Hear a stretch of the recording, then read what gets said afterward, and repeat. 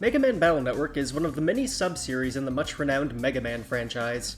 While these games were overlooked for the most part here in the West in favor of the more traditional Classic and X series, this incarnation of the Blue Bomber is one of, if not the most popular series in Japan. Despite being action RPGs rather than another platformer series like the mainline titles, these games stand on their own merits, being both visually and mechanically interesting, with deck building as one of the core mechanics to make it stand out from other games in its genre. As such, Mega Man Battle Network has received 6 games for the Game Boy Advance, several spin-offs, a Legacy Collection releasing later this month, which you should all totally get by the way, no you don't have a say in the matter, and most importantly for the context of this video, an anime series that lasted for 5 seasons total. Though, we only need to go a few episodes deep for our purposes here today. See, it's in episode 11 that Lan Hikari, the series protagonist alongside Mega Man, is given a handful of the battle chip Mini-Bomb, much to his disappointment. Like most pack filler in a trading card game, the chip is not only common but also unwieldy to use. However, backed up against a wall by the end of the episode, Lan slots in all of the Mini-Bombs he was gifted and is able to overwhelm the opposing Skullman with a barrage of small explosives.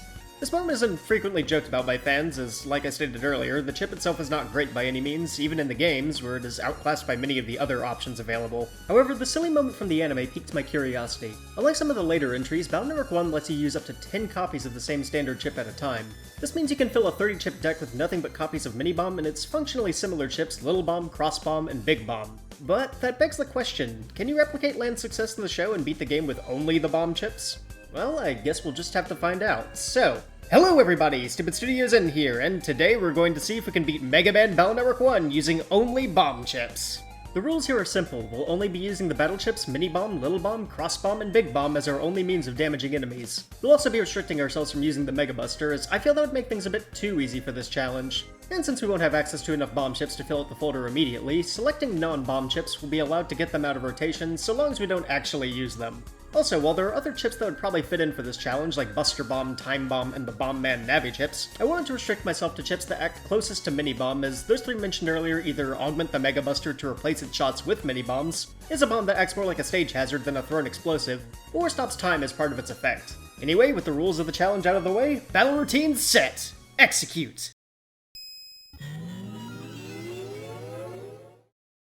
So right off the bat, the restrictions here put us in an interesting place. Since our chip folder starts us off with exactly 4 Mini-Bombs to work with, our damage output is capped at 200 currently. Fortunately, this is more than enough to get us through the tutorial, as we're not completely forced to use the chips we're intended to use, and the Metar viruses here are pretty slow, able to be killed with a single bomb each. Eventually getting the tutorial out of the way, we're allowed to check out Internet Area 1, and it's here where we're tasked with helping Glide find a missing Mr. Program for his operator Yai. While most of the encounters here are either Metars or Canidums, both of which are fairly easy to delete, the fishy viruses which we can also encounter can be pretty annoying to land a hit on with just Mini-Bombs, as they're constantly moving and trying to dash at the player when they're in the same row. On top of this, they also require 2 bombs in order for us to delete them. So it's probably best to just move slowly, save constantly, and soft reset whenever these guys show up. After retrieving the program for Glide, we're immediately called into the next story segment where the oven's caught fire, and it's up for us to jack in and stop the problem causing it. Fortunately, most of the enemies here are the same ones we've seen so far, and in Oven Comp 2 we find our first Little Bomb chip, increasing our max damage up by another 50 points. Unfortunately, however, this is also where we have to fight our first boss encounter against Fireman.exe. Since Fireman has an HP total of 300, this means we are exactly 1 Mini-Bomb shy of being able to take him out. To add insult to injury, we're not able to leave the Oven Comp until the crisis is averted, and even still, the soonest we get access to an area where we can get more copies of Mini-Bomb or Little Bomb would be immediately after beating Fireman. So no, it's not possible to beat Mega Man Battle Network using only bomb chips, if you're strictly playing single player. See, much like Pokemon, a big aspect for the Battle Network series is its link cable functionality. Not only can you battle your friends in PvP, but also trade chips with them. And lucky for us, this functionality is not restricted in any way at the start of the game. So, for sake of fairness, I start up a second save file and give myself 1 additional copy of Mini-Bomb. This should be just enough to take out Fireman without giving us a completely unfair advantage. And just like that, we're able to challenge Fireman now and actually have a shot at snuffing him out. While Fireman is able to quickly teleport around the arena like most Navi encounters in the series, his attacks are fairly well telegraphed, letting us have just enough opportunities to throw bombs at him and take him out on our first attempt. While we can now access Dex's PC to grind out the Little Bomb chip, we're actually able to do so much more easily in the next major dungeon of the game, being the School's Network. And after an excruciatingly long grinding session, we're able to do just that. However, the boss fight against Number Man proves to be way more difficult than I had anticipated. The issue here is that every few seconds, Number Man fires out a column of number balls that slowly move forward, dealing 20 damage on contact. These balls have an HP value written on them, and the idea is to take out the weakest one of the three with your Mega Buster. But unfortunately, since that isn't allowed for the challenge, we either need to waste a bomb to cut ourselves out a path, or face tank the 20 damage they deal. Multiplying the problems even further, Numberman also has 2 more attacks he uses when he gets below half health: Time Bomb and Dice Bomb. Both of these are objects placed on our field and nuke the board if we're not able to destroy them. Spoilers, we can't.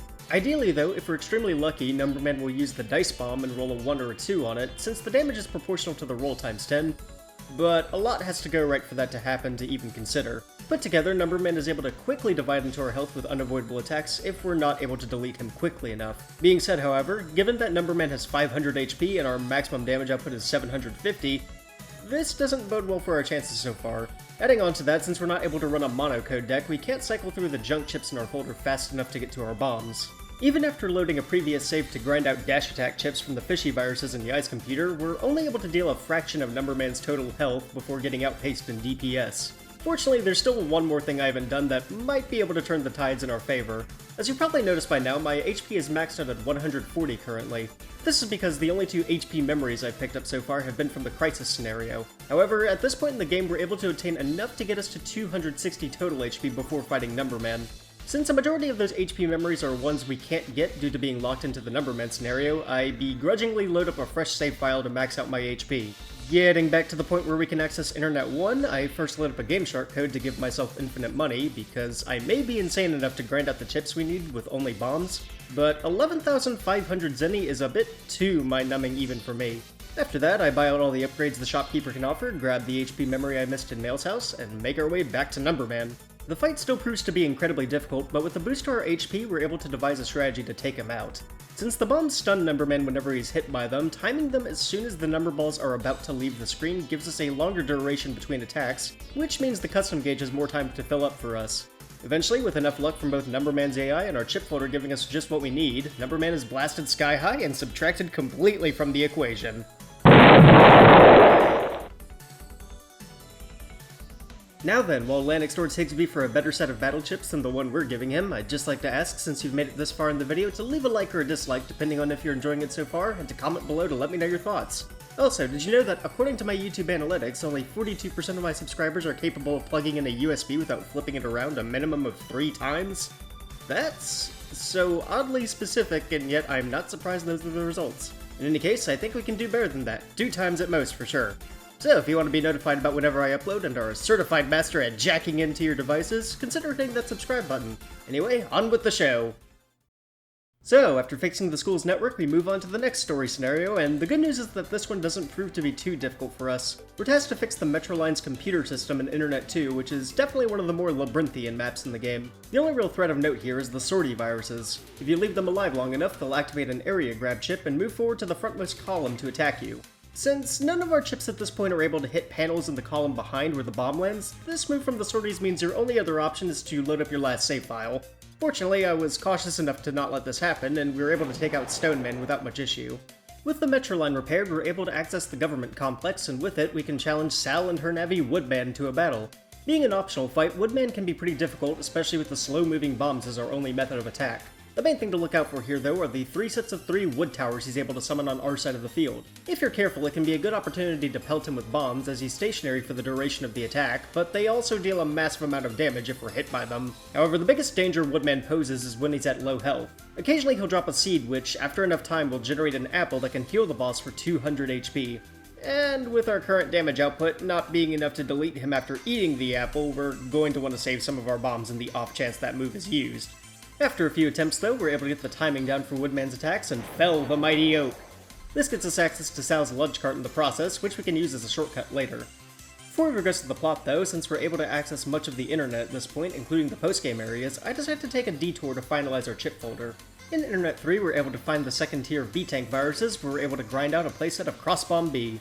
After that, we carefully navigate our way from there through Area 9 and Area 10, getting us to Area 13. This postgame area being where the last version of the B-Tanks become available. After even more tedious grinding, we secure ourselves a full set of Big Bomb B, meaning that our folder is now able to use 10 copies each of the bomb chips, all within the same code. This caps out our damage total at 2,100, well over the HP total of any boss in the game. From here, most of the game falls apart like a stack of dominoes. Since Cross Bomb is able to cover a cross shape around where the bomb lands and Big Bomb covers the full radius, many of the enemies and bosses in our way are reduced to ash rather quickly. So, many bombs tossed later with viruses and navis alike deleted, we're skipping ahead to when things start to get interesting again. After needing to get to the depths of the Undernet, Internet Area 8, we're required to trek through Area 4 in order to get there. Unfortunately for us, this is where one of the most annoying enemies in the game is located, being Flappy version 3. We've dealt with the previous versions up to this point without much issue in both Number Man stage and Color Man stage, but these guys are on a whole other level. They're constantly moving from panel to panel, giving us virtually no time to land a bomb toss in between, and oftentimes they show up in multiples. While it's technically possible to get them if you're able to predict where and when they're going to land and can perfectly time a bomb toss to connect with them, I would highly recommend just save scumming until you're able to leave Area 4. Godlike reflexes aside, it's pretty much near impossible with any encounter featuring these jerks. Anyway, some back and forth is required for us to get the keys needed to access the Undernet, and this is where the progress check of the game ends up being. We need to have 80 chips recorded in our library in order to get one of the keys, and given we've been skipping a few opportunities to get more chips, it's no surprise that we're around 15 short. So, being in the area, I barge into Mii's store to get 2 of Skullman's chips, go back to AC/DC Town to buy out what Higsby has to offer, and use the chip trader to get the remainder of what I'm missing. And after that, we head over to Bombman, delete him, and it's off to the end game. For the final network of the game, each area here is a retread of one of the 5 main dungeons that we previously explored. The only thing worth noting here is that in World 3's second network, the one based on Number Man stage funnily enough, is that it's the only other place in the game where you can encounter the Flappy version 3 virus, so definitely save frequently moving around here. Would not be fun to have to redo a section and get sent back a solid 5 minutes. Thankfully I didn't have the misfortune of encountering them on my run through the area, but I knew they were right around the corner. Watching. Waiting. Regardless, we get to Magic Man at the end of the Elecman revisit, and the fight itself is pretty simple since he's stationary in the back column. Just pelt him with bombs and hope he doesn't spawn the Cloudiest or Sortie viruses, which are the most annoying ones he can call upon. After the big plot twist of the game, after defeating Magic Man, we're granted a significant power boost, which we won't be using at all since it only really upgrades the Mega Buster, and we move on to the final boss, the Life Virus. Unlike in a casual playthrough, the Life Virus fight is very difficult under our rule set, but definitely a fair fight, I'd argue. Similar to the Aura Head viruses, the Life Virus makes use of a damage-negating Life Aura, a non-elemental shield which repels any attacks that deal less than 100 damage.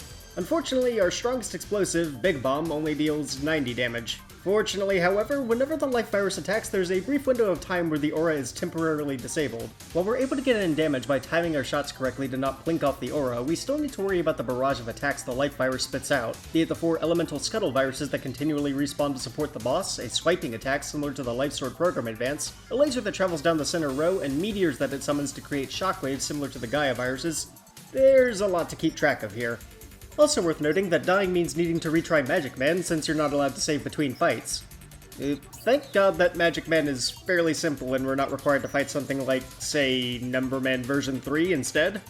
But anyway, after applying some patience and waiting for the aura to go down, and manipulating the Scuttle viruses to get the ones that use the easier to avoid elemental tower attacks, we're able to feed the Life Virus enough bombs to let us watch the credits roll. So, to answer the question from earlier, can we beat Mega Man Battle Network using only bomb chips? Well, kinda? Like we mentioned earlier, it's impossible to get enough mini-bombs to delete Fireman without trading over at least one from another copy of the game, but if you don't care about that small detail or are fine with just dealing the remaining 50 damage with just the Mega Buster, then yes, Battle Network 1 is completely possible, albeit very tedious to beat using just bomb chips. Like, seriously, don't attempt this challenge with the Legacy Collection drops. It's doable, but grinding for chips and Zenny is painfully boring. Think about how many playthroughs of Mega Man Battle Network 4 you could be doing instead. At least then you're making tangible progress. Anyway, thank you all for watching the video. With the Battle Network Legacy Collection right around the corner, I'm planning on hopefully doing more content for the series in the near future, as the Battle Network games are very near and dear to my heart, so I hope you all look forward to whenever that comes. That being said, I like to do a variety of games on this channel, so if anyone has any requests for topics for me to cover, it doesn't have to be just challenges by the way, please let me know. I have other video ideas down the pipeline, but I would love to know what my audience is personally interested in. But anyway, as always, this has been Stupid Studios N, signing out. Ciao.